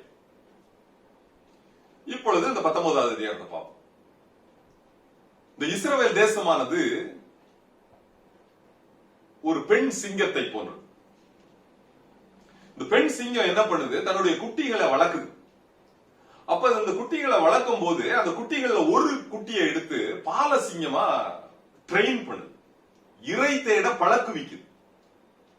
இது ரொம்ப நல்லா வளருது. யாரு? இந்த பாலசிங்கம். பாலசிங்கம் என்ன பண்ணுது? பக்கத்துல உள்ள நாடுகளுக்கெல்லாம் போய் எல்லாவற்றையும் பட்சித்து அடித்து நொறுக்கி மனுஷர்களை பட்சித்தது. எல்லாருக்கும் அதை பார்த்தா பயம் வந்துருச்சு, இந்த பாலசிங்கத்தை பார்த்தா. இப்ப என்ன பண்றாங்க? இந்த புறஜாதிகள் எல்லாம் சேர்ந்து கொண்டு இதுக்கு ஒரு படுகுழிய ரெடி பண்றாங்க. படுகுழிய ரெடி பண்ணி, முக்கியமாக இதை யாரு பண்றதுன்னா எகிப்து பண்ணுது, ஈஜிப்ட். அப்ப எகிப்து ராஜாவானவன் ஒரு பெரிய படுகுழியை ரெடி பண்ணி இந்த பாலசிங்கத்தை பிடிச்சிடறான். அடுத்தது இந்த பெண் சிங்கத்துக்கு ரொம்ப அப்செட். என்னடா இப்படி ஒரு பாலசிங்கம் ஆகி போச்சே அப்படின்னு இன்னொரு சிங்கத்தை ட்ரெயின் பண்ணுது. இன்னொரு சிங்கத்தை பாலசிங்கமா ட்ரை பண்ணுது. தன்னுடைய குட்டிகளில் இன்னொரு 2வது குட்டி எடுத்து பாலசிங்கமா ட்ரெயின் பண்ணுது. இது என்னடா, இது அதோட மோசமா பயங்கர ஃபெரோஷியஸா வளருது. தன்னுடைய சொந்த பட்டணங்களையே பாழாக்குது. புறஜாதிகள் மத்தியில பெரிய இதை கண்டா எல்லாரும் பயப்படுறான். ஏன்னா மனுஷர்களை பட்சிக்கின்றது. எப்படி அந்த முதல் பாலசிங்கத்தை பிடிச்சாங்களோ அதே போல இப்போ இந்த பாலசிங்கத்துக்கும் ஒரு படுகுழிய யார் பண்றா? இப்போ பாபிலோன் ராஜா ரெடி பண்றான். இப்ப அந்த பாபிலோன் ராஜா ரெடி பண்ண படுகுழியில இந்த 2வது பாலசிங்கமும் மாட்டிக்குது. இத பிடிச்சு விலங்கிட்டு ஒரு கூட்டுக்குள்ள அடைச்சு எடுத்துட்டு போயிடறான். என்ன சொல்லுது? நம்ம 5 ராஜாக்களை ஞாபகம் வச்சு பாருங்க. யோசியா, யோவாகாஸ், யோயாக்கீம், சிதேக்கியா. யோசியா என்பவன் பார்வோன் நேகோ என்ற எகிப்தின் ராஜாவோட தேவையில்லாம ஒரு சண்டைக்கு போனான். இதுதான் நம்ம முதல்ல பார்த்தோம். அப்படி அந்த சண்டைக்கு போகும்போது அவன் யோசியா அவனுடைய நெஞ்சில அம்பு எய்யப்பட்டு அவன் செத்து போயிடுவான். அப்ப அவன் யோசியா இருந்த இடத்துல யோவாகாஸ் பதவிக்கு வர்றான். ஆனா அந்த பார்வோன் நேகோ இதை விடல. நான் தேவையில்லாம என்கிட்ட சண்டைக்கு வந்தேன்ல அப்படின்னு சொல்லி அவனுடைய பையன், யோசியாவுடைய பையன் தான் யோவாகாஸ், அந்த யோவாகாச சிறைப்பிடித்துட்டு போறான். இதுதான் அந்த படுகுழிக்கு விழுந்த அந்த எகிப்தின் ராஜா பிடிச்சிட்டு போறான்ல, யோவாகாச தான் பிடிச்சிட்டு போறான். அப்ப அந்த யோவாகாச பிடிச்சிட்டு போகும்போது அவனுடைய பிரதர் எலியாக்கீம், அந்த எலியாக்கீம் தான் என்ன பண்றான், யோயாக்கீம்னு பேரை மாத்தி அந்த இடத்துல பொசிஷன் பண்ணிட்டு போறான். பப்பட் கிங்கா வச்சுட்டு போறான். யாரு? எகிப்துடைய ராஜா. இப்ப கொஞ்ச நாள் கழிச்சு பாபிலோன் ராஜா வர்றான், நேபுகாத் நேச்சார் வர்றான். நீ எகிப்து ராஜா வச்ச பப்பட் கிங்கா அப்படின்னு சொல்லி இந்த யோயாக்கீம இவன் பிடிச்சிட்டு போயிடுறான். யாரு? நேபுகாத் நேச்சார் பிடிச்சிட்டு. அதை குறிச்சுதான் இந்த புலம்பல் பாடிட்டு இருக்கு. இப்பொழுது ஆண்டவர் சொல்றாரு, இப்படி எவ்வளவோ கொடுத்து உன்னை தழைக்க வைத்தேன், நீர் பாய்ச்சினேன், திராட்சை செடியா ஆக்குனேன், செழிப்பா இருந்த. ஆனா இப்ப பாரு, நீ என்னுடைய வார்த்தைக்கு கீழ்ப்படியாத காரணத்தினால் உன்னுடைய சொந்த குடிகளே உன்னை அக்கினிக்கு ஒப்பு கொடுத்து உன்னை இரையாக்கி விட்டது. அதனால இனிமே இந்த கடைசி ராஜாக்கு அடுத்தது என்னுடைய குமாரன் ஒருத்தன் தான் வர முடியும், யூத ராஜ சிங்கம். அவரை தவிர வேற யாருமே இந்த பொசிஷன்ல இருக்க முடியாது, இந்த லீனியேஜ்ல வர முடியாது அப்படின்னு புலம்பல் பாட சொல்றார் எசேக்கியேல். அதுதான் அந்த 19வது அதிகாரம். இப்பொழுது 20வது அதிகாரம். இந்த 20வது அதிகாரத்துல மறுபடியுமாக இந்த இஸ்ரவேல் மூப்பர்கள் எசேக்கியேல் இடத்துல கர்த்தரிடத்தில் விசாரிக்கும்படி உட்கார்றாங்க. அப்ப வந்து உட்காரும் போது ஆண்டவர் சொல்றாரு, அந்த மக்களுக்கு நான் சொல்றேன் ஆன்சர். அவன் வந்திருக்கிறான், என்னத்துக்கு தெரியும். I want to reply him. சொல்றாரு, நீ எகிப்து தேசத்துல ரொம்ப அநியாயம் பண்ண, எவ்வளவோ பிரச்சனை பண்ண, நரகலான விக்கிரகங்களை வழிபட்டு கொண்டிருந்த. நான் நினைச்சிருந்தேன்னா அங்கேயே உன்னை அழிச்சிருக்க முடியும். ஆனா நான் அழிக்கல. அப்படி அழிச்சிருந்தேன்னா என்னுடைய நாமம் பரிசுத்த குலைச்சலாக்கப்பட்டிருக்கும், என்னுடைய நாமத்திற்கு ஒரு இழுக்கு ஏற்பட்டிருக்கும். அதனால நான் என்ன பண்ணேன், உன்னோட நயமாக பேசி உன்னை வனாந்தரத்துக்கு கூப்பிட்டு வந்தேன். அந்த வனாந்தரத்துல உன்னோட ஒரு உடன்படிக்கை ஏற்படுத்தினேன். உனக்கு என்னுடைய கட்டளைகளை கொடுத்தேன், கற்பனைகளை கொடுத்தேன், நியாய பிரமாணங்களை கொடுத்தேன், ஓய்வு நாட்களை அனுசரிப்பதற்கு உனக்கு கமாண்ட் கொடுத்தேன். ஆனா நீ இதுல எதையாவது ஒன்ன ஃபாலோ பண்ணியா? கிடையாது. You were continuously rebelling against me. rebel பண்ண நீ. அதனால நான் என்ன பண்ணேன், உன்னுடைய பிதாக்கள் எல்லாரையும் அழிச்சிட்டேன். ஏன்? நீயாவது என்னுடைய வார்த்தைகளை கேட்டு கீழ்ப்படிவ அப்படின்னு நினைச்சு நான் உன்னை கொண்டு வந்தேன். ஆனா நீ என்ன பண்ணிட்ட, இன்னைக்கு என்னுடைய ஓய்வு நாட்களை பரிசுத்த குலைச்சலாக மாற்றி விட்டாய். இதுக்கு நாமும் ஒரு முக்கியமான காரணமாக இருக்கின்றோம் என்பதை நாம் மறந்து விடக்கூடாது. இது ரொம்ப முக்கியமான பாயிண்ட் எண்ட் டைம் ஈவென்ட்ஸ்ல. இரண்டாவதாக என்ன சொல்றாரு, நீ உன்னுடைய சொந்த குமாரர்களையும் குமாரத்திகளையும் பலியாக செலுத்தின. என்ன பண்ண? பலியா செலுத்துற. உன்னுடைய இரத்த பலியாக அந்த விக்கிரகங்களுக்கு முன்பாக இன்னும் செலுத்தி கொண்டிருக்கிற நீ. இரண்டாவது பாவம். மூன்றாவது பாவம் சொல்றாரு, உன்னுடைய குமாரர்களையும் குமாரத்திகளையும் அந்த விக்கிரகங்களுக்கு முன்பாக தீக்கடக்க பண்ணுகின்றார். இவ்வாறு நீ செய்து ஒரு தீட்டுப்பட்ட தேசமாக மாறிவிட்டாய், என்னுடைய கட்டளைகளை மீறிய தேசமாக மாறிவிட்டாய். இப்போ உன்னை மொத்தமா அந்த தேசத்துல வச்சு அழித்து போடுவதை விட வேற வழியே கிடையாது அப்படி என்று கூறுகின்றார். இதுதான் 20வது அதிகாரம். அடுத்தது 21வது அதிகாரம். இப்போ சொல்றாரு, எசேக்கியேலை பார்த்து சொல்றாரு, கடைசியாக உள்ள அந்த யூதா ராஜாவாகிய சிதேக்கியாவை பார்த்து சொல்லியிருப்பா, உன்னுடைய பாகையை கலத்திரு, உன்னுடைய கிரீடத்தெல்லாம் எடுத்து போட்டு, உனக்கு டைம் வந்துருச்சு. நீ என்ன பண்ணு எசேக்கியா, ஒரு பட்டயத்தை எடு, பட்டயத்தை நல்லா ஷார்ப் பண்ணு, கூர்மையா ஆக்கு. அது கூர்மையா ஆக்கிட்டு நல்லா பாலிஷ் பண்ணு. பட்டயத்தை தன்னுடைய உரையில் இருந்து எடுத்து அதை கூர்மையாக்கி, அதை துலக்கி, அதை மின்னுறபடி ஆக்கு. அடுத்தது என்ன பண்ணு, உன்னுடைய இடுப்பு முறிந்து போகும்படி ஒரு பெருமூச்சு விடு, ஓலமிடு, கதறு. இந்த ஜனங்களை திகில் பிடித்துக் கொள்ள வேண்டும். இந்த பட்டயத்தை கொண்டு போய் என்ன பண்ணு, பாபிலோன் ராஜா கையில கொடு. அவன் 2 டைரக்ஷன்ல வரப்போறான். ஒன்று வந்து எருசலேமை நோக்கி வரப்போறான். அடுத்தது பாபிலோன் ராஜாவுக்கு விரோதமாக செயல்பட்டுக் கொண்டிருக்கும் அம்மோன் புத்திரருக்கு விரோதமாகவும் வரப்போறான். அந்த அம்மோன் புத்திரருக்கு விரோதமாக வரும்போது அவன் ரப்பா பட்டணத்துக்குள்ள நுழைவான். இந்த இஸ்ரவேல் ஜனங்களுக்கு, இந்த யூதா ஜனங்களுக்கு விரோதமாக வரும்போது அவன் எருசலேமை நோக்கி போறான். இந்த 2 டைரக்ஷன்ல வரப்போறான். ஒன்னு எருசலேம், ஒன்னு ரப்பா. ஒரு சைடுல யூதா ஜனங்களை பிடிக்க போறான், அடுத்தது அம்மோன் புத்திரர்களை பிடிக்க போறான். இப்படிதான் வரக்க போறான். அதனால நீ என்ன பண்ணு, இந்த பட்டயத்தை உரையில இருந்து எடுத்து அந்த பாபிலோன் ராஜா கையில கொடுக்கட்டும். இவங்க எல்லாம் அலறட்டும், அலறட்டும், ஓலமிடட்டும், நான் மனமிறங்க போவதில்லை என்று கூறுகின்றார். அடுத்ததாக 22வது அதிகாரம். இந்த 22வது அதிகாரத்துல என்ன சொல்றாரு, இந்த தேசமானது, இந்த எருசலேமானது ரத்தம் சிந்திய நகரம். இங்குள்ள அதிகாரிகளும் அதிபதிகளும் பிரபுக்களும் ராஜாக்களும் நியாயாதிபதிகளும் என்ன பண்ணா, தன்னுடைய சுய பலத்திற்கு தக்கதாக இந்த தேசத்தில் குற்றமற்ற ரத்தத்தை சிந்தினார்கள். ரத்தம் சிந்துகிறதற்காக பரிதானம் வாங்கியவர்கள். ரொம்ப கொடூரமான தேசம். இதுக்காக நீ பேசவே பேசாத.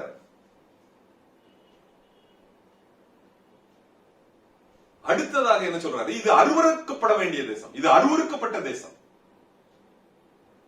தகப்பனை நிர்வாணமாக்கியவர்கள் உன்னிடத்தில் உண்டு, சகோதரியை பலவந்தப்படுத்தியவர்கள் உண்டு, தூரஸ்திரியை பலவந்தப்படுத்தியவர்கள் உண்டு, மருமகளை பலவந்தப்படுத்தியவர்கள் உண்டு. இவர்கள் எல்லாம், இதெல்லாம் என்ன தெரியுமா, இது விபச்சாரமோ வேசித்தனமோ கிடையாது, இது முறைகேடு, இது விபரீதம், அட்ராஷியஸ். இப்படிப்பட்ட அருவருப்புகளை பண்ணுகின்ற தேசம் தாங்க இந்த தேசம். இதை நான் எப்படி மன்னிக்க முடியும் சொல்லுங்க? அழுக்கு, பாவம், மீறுதல்கள், இதெல்லாம் இவனுடைய இதுல அப்படியே ஒட்டியே கிடக்குது, உடம்புல ஒட்டியே இருக்குது. இவன் எப்படி தெரியுமா, இவன் இரும்பு மாதிரி, பித்தளை மாதிரி, பொன் மாதிரி, வெள்ளி மாதிரி. ஏன் அப்படி சொல்றாரு? இதுல உள்ள அழுக்கு எடுக்கணும்னா என்ன பண்ணணும் சொல்லுங்க? இரும்பு, பித்தளை, பொன்னு, வெள்ளி இதெல்லாம் அழுக்கு எடுக்கணும்னா என்ன பண்ணும்? அக்கினியினால் உருக்கப்பட வேண்டும். இந்த மக்கள் அப்படிதாங்க. இந்த மக்கள் சுத்திகரிக்கப்பட வேண்டும் என்றால் இவர்கள் அக்கினியினால் எரிக்கப்பட வேண்டும், அக்கினிக்கு உட்படுத்தப்பட வேண்டும். அதுதான் நடக்க போகுது இந்த இஸ்ரவேல், இந்த எருசலேம் நகரத்துக்கு அதுதான் நடக்க போகுது. பாருங்க, இப்ப நம்ம வரிசையா அன்னைக்கு பார்த்ததெல்லாம் அக்கினிக்கு இரையாக்குவேன், அக்கினியில் தூற்றி போடுவேன், இப்படியேதான் வர்றாரு பாருங்க. இது 22வது அதிகாரம். இதுலதான் சொல்றாரு, நான் தேசத்தை அழிக்காதபடிக்கு திறப்பிலே நிற்கவும் சுவரை அடைக்கவும் தக்கதாக ஒரு மனுஷனை தேடணும். ஒரு மனுஷன், நாட் ஈவன் ஒன். தேசத்தை அழிப்பதற்கு, ஆபிரகாம் சோதோம் பட்டணத்தை அழிப்பதற்கு முன்பாக ஆண்டவரிடம் பேசி அந்த டயலாக ஞாபகப்படுத்தி பாருங்க. ஏன்னா இங்க என்ன சொல்றாரு, அங்கேயாவது 10 நீதிமானோட நிறுத்திக்கிட்டாரு. இங்க என்ன சொல்றாரு, ஒருத்தன் கூட இல்லைங்க. நான் அந்த தேசத்தை அழிக்க கூடாதுன்னா ஒருத்தனை காமிங்களா நீங்க? ஒரு மனுஷனை தேடினேன் காணோங்கிறார் கடவுள். இது ஒருவேளை நம்மளையும் அப்படி எடுத்துக்கலாமா?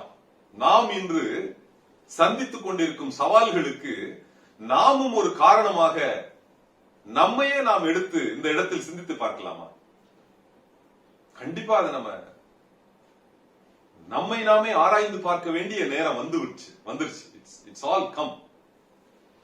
அடுத்ததாக 23வது அதிகாரம். 23வது அதிகாரத்துல என்ன சொல்றாரு? இஸ்ரவேலுக்கு 2 குமாரத்திகள், ஒரு தாய்க்கு 2 குமாரத்திகள். அந்த குமாரத்திகள் ஸ்திரீகள், 2 ஸ்திரீகள். அவங்க பேரு ஒருத்தி பேரு மூத்தவள் பேரு அகோலாள், 2வது குமாரத்தியுடைய பேர் அகோலிபாள். இது யார குறிக்குது? ஒருத்தி சமாரியா, இன்னொருத்தி எருசலேம். இந்த சமாரியா தான் முதல்ல ரொம்ப பாவம் செஞ்சார்.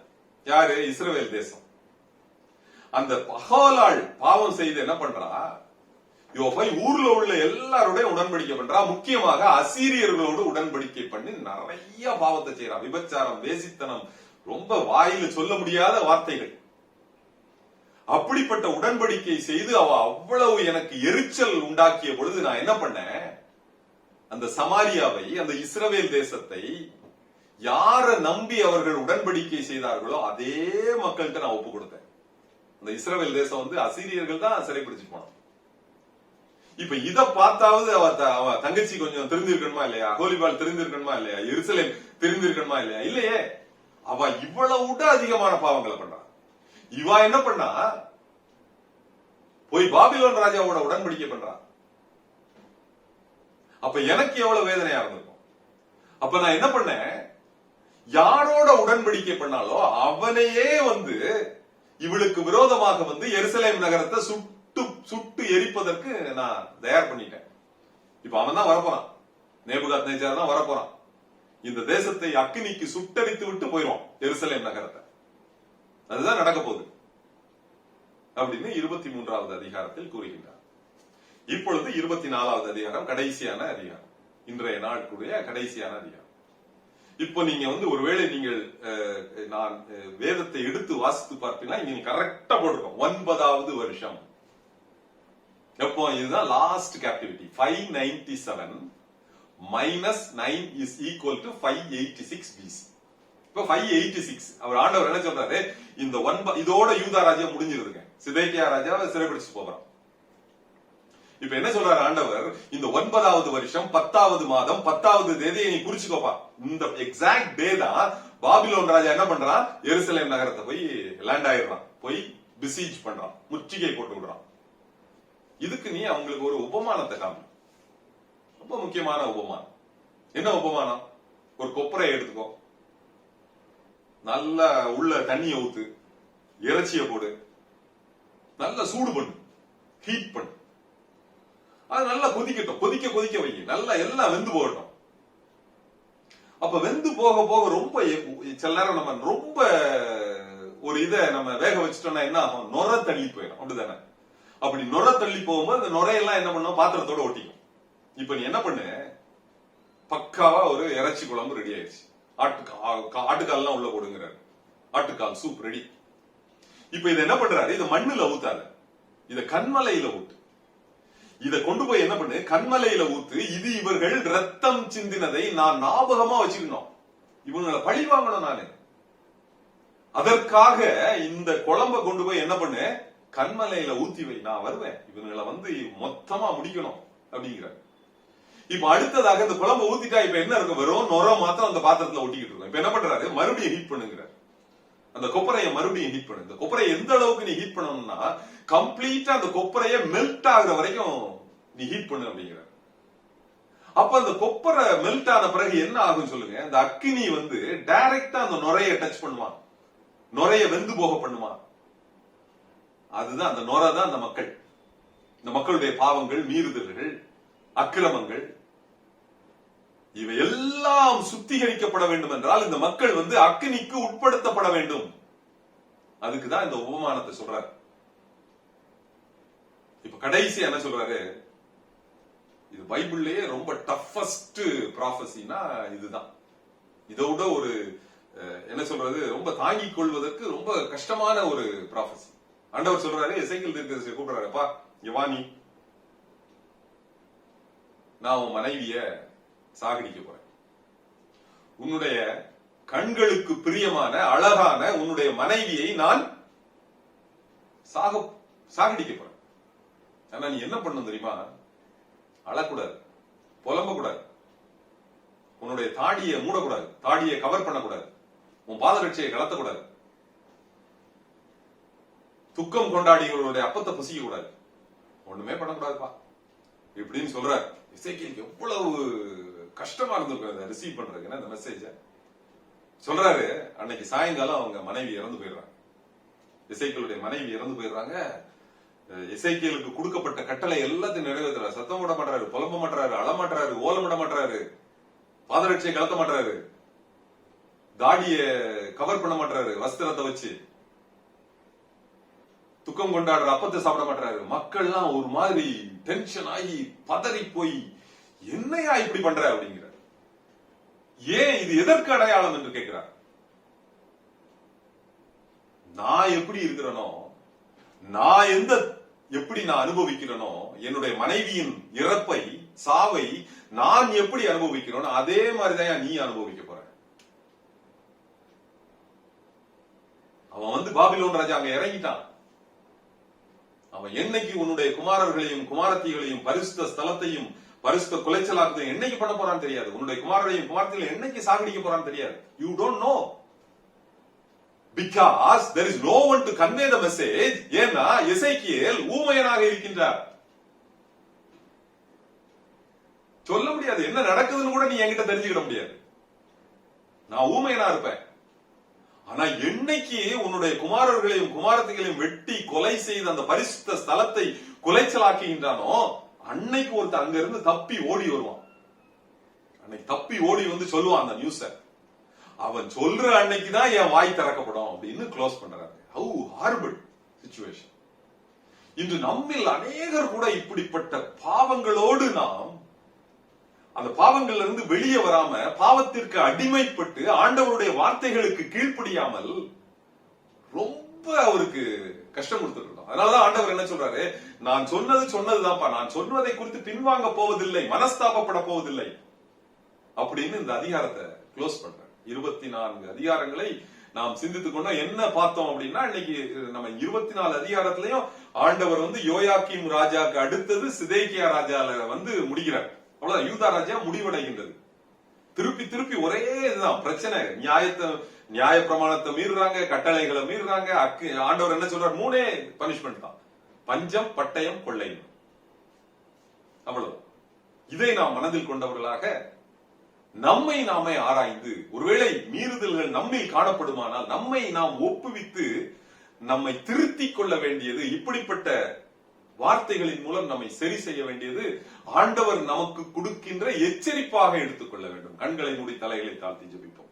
நேசிக்கும் நல்ல பிதாவே, இந்த நல்ல அருமையான வேலையை காண கொடுத்த தயவுக்காக நாங்கள் நன்றியோடு உமக்கு ஸ்தோத்திரம் செலுத்துகிறோம். ஆண்டவே, ஆண்டவரே, இந்த எசேக்கியேல் தீர்க்க தரிசன புஸ்தகத்தின் மூலம் எங்களுடைய குற்றங்கள் குறைகள் அநேகள் வெளிப்படுத்தப்பட்டு உள்ளத்தை நாங்கள் ஆராய்ந்து நாங்கள் சரி செய்ய நீர் எங்களுக்கு வாய்ப்பு கொடுக்கின்றீர், நேரத்தை கொடுக்கின்றீர். ஆண்டவரே, நாங்கள் உமக்கு அடிமைகளாக ஆண்டவரே, நாங்கள் நீ சொல்கின்ற ஒவ்வொரு வார்த்தைகளுக்கும் கீழ்ப்படியே எங்களுடைய இருதயத்தை அடித்து நொறுக்கி உடைத்து வனைந்து எங்களை எடுத்து பயன்படுத்துங்கப்பா. ஆசீர்வதியும் வழி நடத்தும் இயேசு கிறிஸ்துவின் மூலம் ஜெபம் கேளும் நல்ல பிதாவே, ஆமென். இந்த நாளிலே நமத்திலே எசேக்கியேல் தீர்க்க தரிசன புத்தகத்தின் 2வது பகுதியை எளிமையாக மிக சிறப்பான முறையில் கற்றுக் கொடுத்த அருமையான சகோதரர் விமல்குமார் அவர்களுக்கு திருச்சபையின் சார்பில், உங்கள் சார்பில், என்னுடைய சார்பில் நன்றிகளையும் வாழ்த்துக்களையும் தெரிவித்துக் கொள்கின்றோம். ஆண்டவர் தொடர்ந்து அவர்களை அநேக ஆயிரங்களுக்கு ஆசீர்வாதத்தின் பாத்திரமாக எடுத்து பயன்படுத்துவாராக. கேட்ட செய்தியை மனதில் கொண்டவர்களாக யாவரும் சேர்ந்து எழுந்து நின்று கிறிஸ்து சபை பாமாலைகளில் 24வது பாடல், மாட்சி கர்த்தர் சாஷ்டாங்கம் செய்வோம், வல்லவர் அன்பர் பாடி போற்றுவோம், நம் கேடகம் காவல் அனாதியானோர், மகிமையில் வீற்று துதி அணிந்தோர் என்ற பாடலை யாவரும் சேர்ந்து பாடுவோம். கிறிஸ்து சபை பாமாலைகளில் 24வது பாடல்.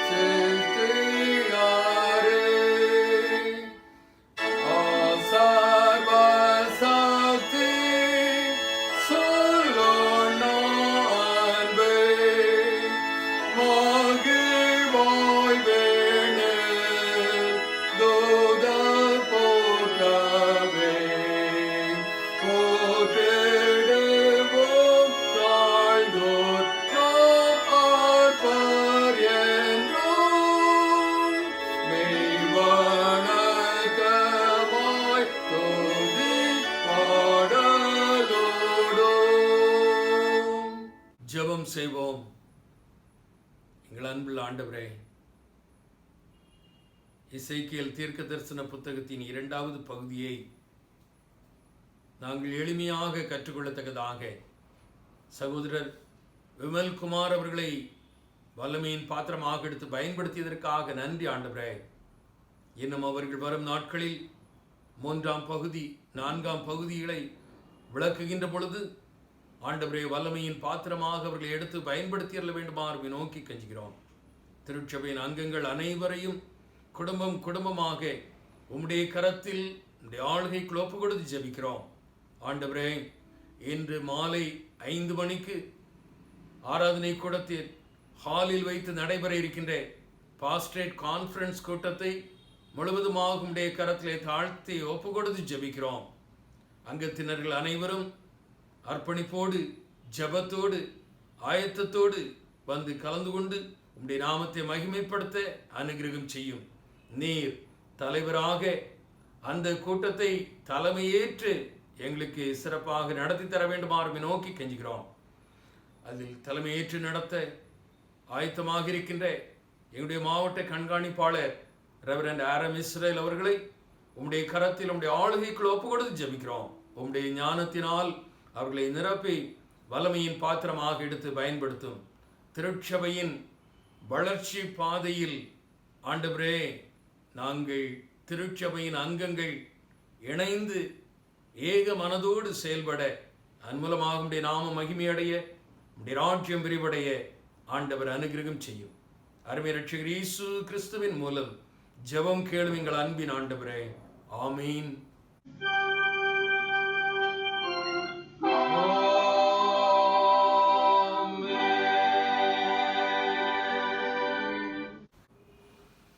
நம்முடைய ஆண்டவராகிய இயேசு கிறிஸ்துவின் கிருபையும் பிதாவாகிய தேவனுடைய அன்பும் பரிசுத்த ஆவியானவருடைய அந்யோன்ய ஐக்கியமும் கூற்றவும் இன்றும் என்றும் சதா காலங்களிலும் நம் அனைவரோடும் நம் திருச்சபையின் பணிகளோடும் இன்று மாலை நடைபெற இருக்கின்ற பாஸ்டரேட் கான்ஃபரன்ஸ் கூட்டத்தோடும் நிறைவாக பரிபூர்ணமாக தங்கியிருப்பதாக. ஆமீன்.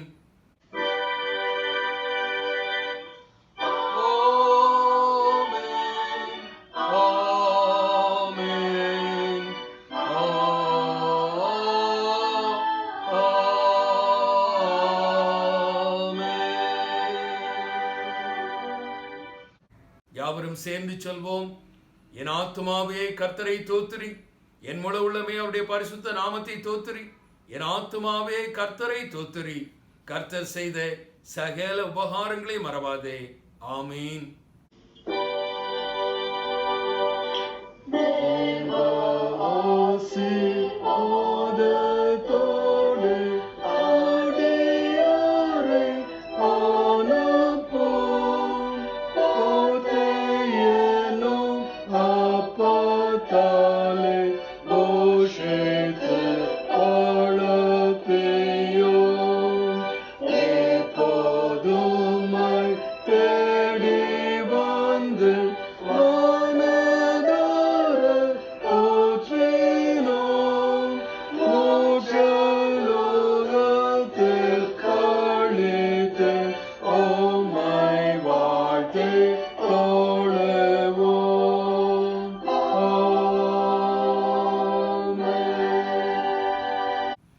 கர்த்தர் உங்களோடு இருப்பாராக.